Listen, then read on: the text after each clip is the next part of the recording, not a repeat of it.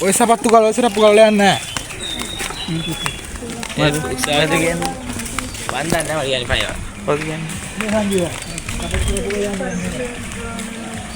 ඒක දෙකයි ප්ලේස් දාන්න.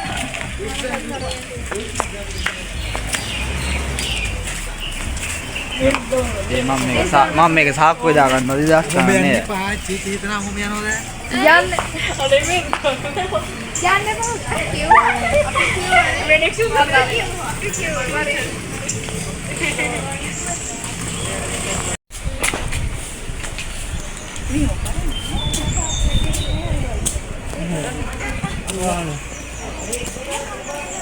සංජීව පල්ලි වෙන උතුරන්නේ හරියම.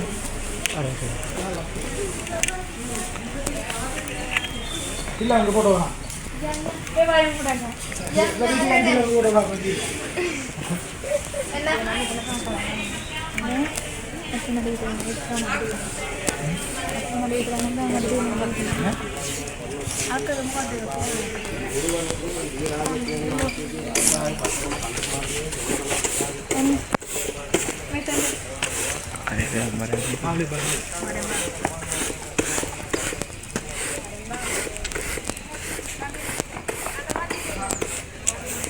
ඓතිහාසික වෙනරේන පොදු විවාසනා මාන කිරීම සඳහා පැමිණි කාරුණික පින්වත්නි මේ විහාරස්ථානයේ දිනපතා පවත්වන රබර විදුලි පහන් ආලෝක පූජාව සහ අනිකුත් සංවර්ධන කටයුතු සඳහා සමන්ට හැකි ප්‍රමාණයේ දායකත්වය ලබා ගන්නා ලෙස කාරුණිකව සිහිපත් කර සිටිනවා.